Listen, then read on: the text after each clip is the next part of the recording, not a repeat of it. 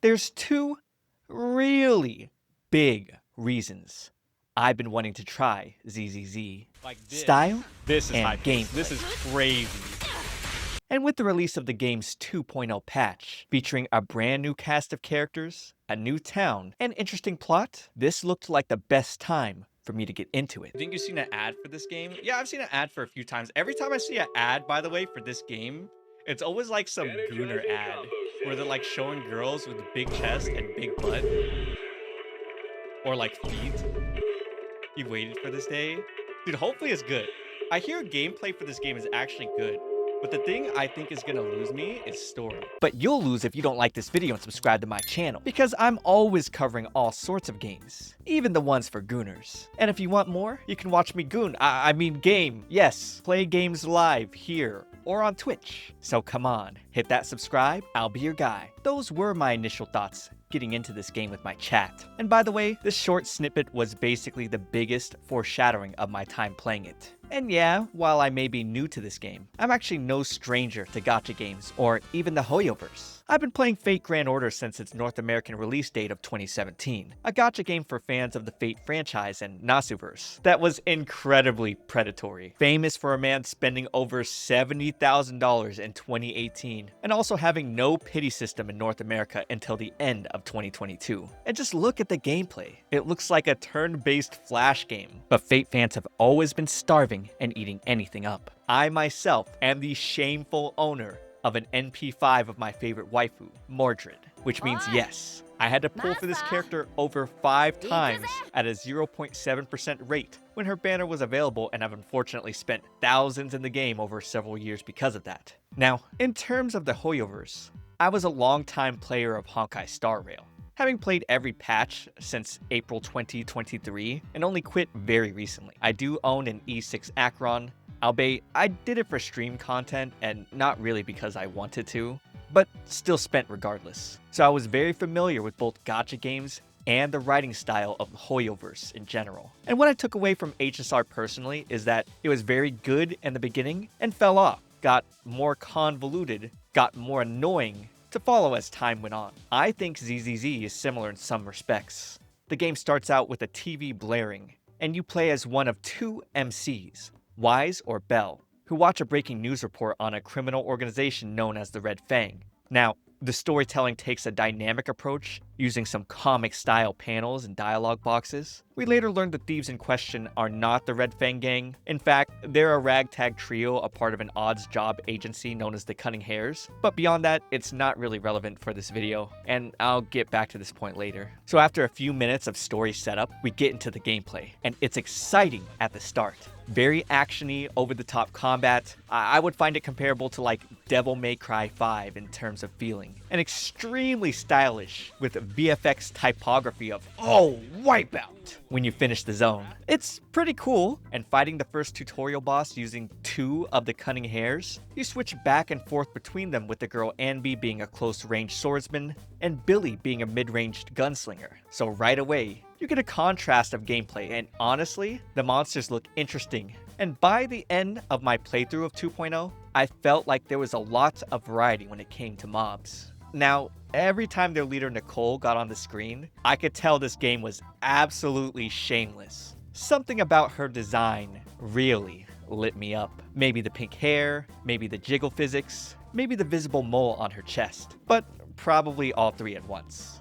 I promise I never experienced my neurons firing off playing Genshin or Honkai Star Rail. A real fun part for me was playing this bunny minigame. It's basically a cute platformer. Now, what the purpose of it is, I couldn't tell you because the story was annoying for me to follow, and you'll probably hear that being a reoccurring theme for this video.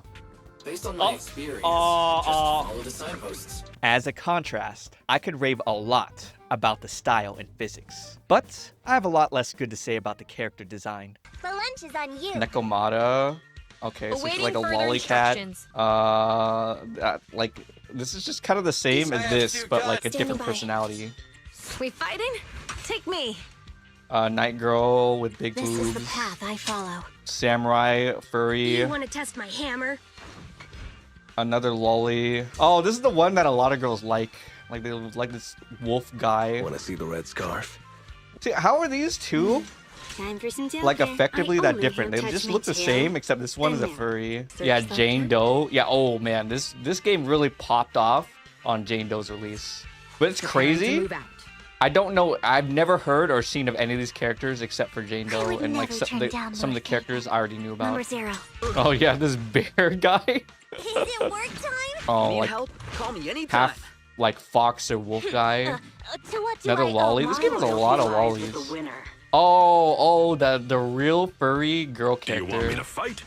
Yeah, I think their character design is good, but a lot of them do look kind of samey. Yeah, that's right. Just look at the characters. Quite a few had the same kind of look. That's how I felt personally. Whereas you look at Genshin Impact, sure, there are probably 5 stars no one cares about, but you still have a lot of standouts that most people in the gacha space have seen or heard of, like Farina, Raiden, Venti, Lisa, and one of my personal favorites, Hu Tao, who has 131 million uses on Character AI, an AI chatbot service. And we probably lowball millions of people on this thing thinking Hu Tao is their girlfriend. Moving on to one of my 2 biggest gripes with this game, the UI system. And you know what? It boils down to me not reading or understanding, and constantly forgetting where everything is. What about it? The thing I hate about most gacha games in general, there's just so much bloat. So many different menus, so many different boxes, so many different battle pass-like mechanics. It was just too overwhelming. I literally had to have people in my chat tell me where to click things. And then you gotta read text messages for quests, and you gotta read boring dialogue. Like, who cares? Let's move on. Let's get to the gameplay. Well, unfortunately, the gameplay gets stale and became a complete slog for me, playing completely free to play and using only the available A-rank characters. And even with 2.0 letting me choose a free S-rank character, I chose Soldier 11 with chat recommendation, and it still didn't get me any more excited. Until I got to the section of the game that let me basically do this roguelike battle mode, the Hollow Zero. That let me choose some S-rank characters to try out and run through. This character is cool though. Like, I like the way this feels. Okay.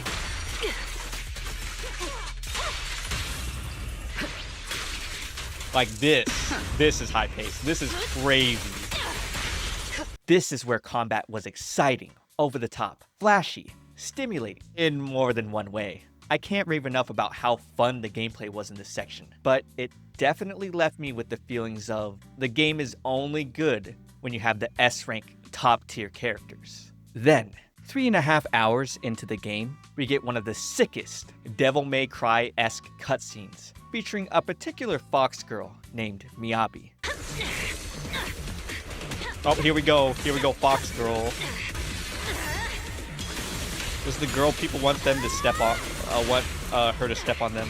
Now, to understand her significance to me, it actually has to do a lot with one of my viewers, who'd been coming to my live chat every day and basically spreading ZZZ propaganda, you know, to get me to play the game. He constantly told me it wasn't a gooner game, but 3 hours through my playthrough, he changed his tune to, it's not just a gooner game.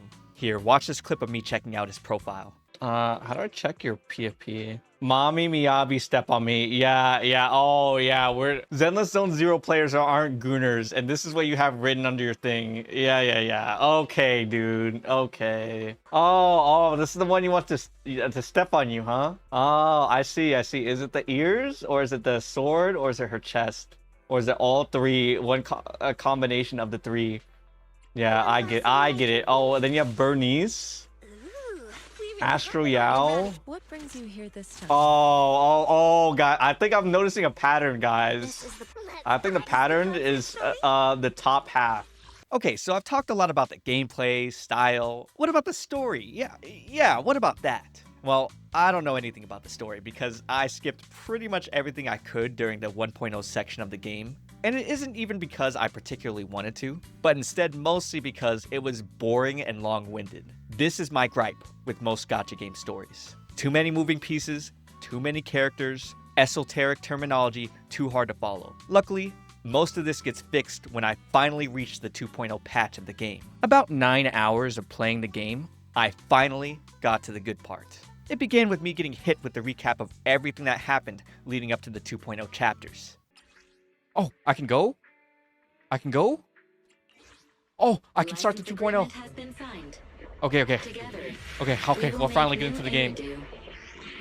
It doesn't look like an ethereal, but it doesn't look like a corrupted human either.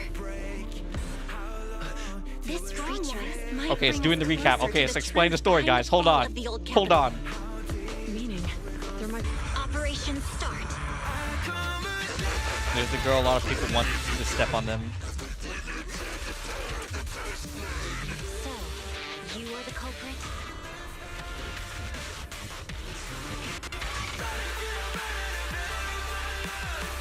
Dang, she just wiped him from the universe. Wow, dang. Oh, is he gonna blow up? Oh, wait, what is this? Oh, he did. Oh! He kamikazed. JK, didn't work. Yeah, 2.0 certainly had a lot of great plot potential with the introduction of our master, Yi Xuan. Anyways, 2.0's overarching plot is about us searching for our teacher who taught us everything. Yi Xuan for some reason might have insight, so we follow her back to the town her dojo is in, and things take an unexpected turn on the way there. What's going on? Oh, We're losing altitude! oh. Our ship gets shot down, and we're surrounded by monsters. Of course, Yi Xuan comes to save the day. And man, her combat is just over the top, fast, and fun. I feel like that's the most anime thing I could do is be a VTuber. Then, they slowly start introducing the cast of characters assisting us throughout the story. My favorite being Fufu, this cute tiger girl. Here, I give my offhand thoughts, now having played 10 hours of the game at this point. Okay, unironically, the 2.0 is raising my 6 into a 7.5 or an 8. Like, the story is very succinct so far. Sure. The characters I'll are leave that to you. dynamic, interesting. Then I'll see What you happened back is at Swabian interesting. Temple. Don't stay out too 2.0 long. is changing my opinion of the game. Got it.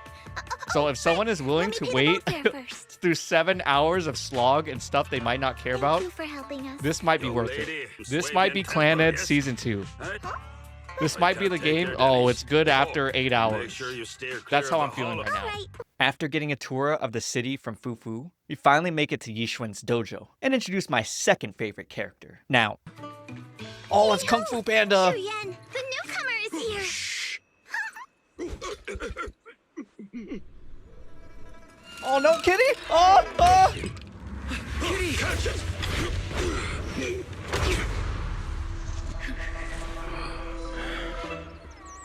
Oh, okay.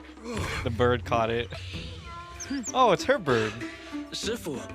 Please excuse them. And welcome to Swabian Temple. Oh.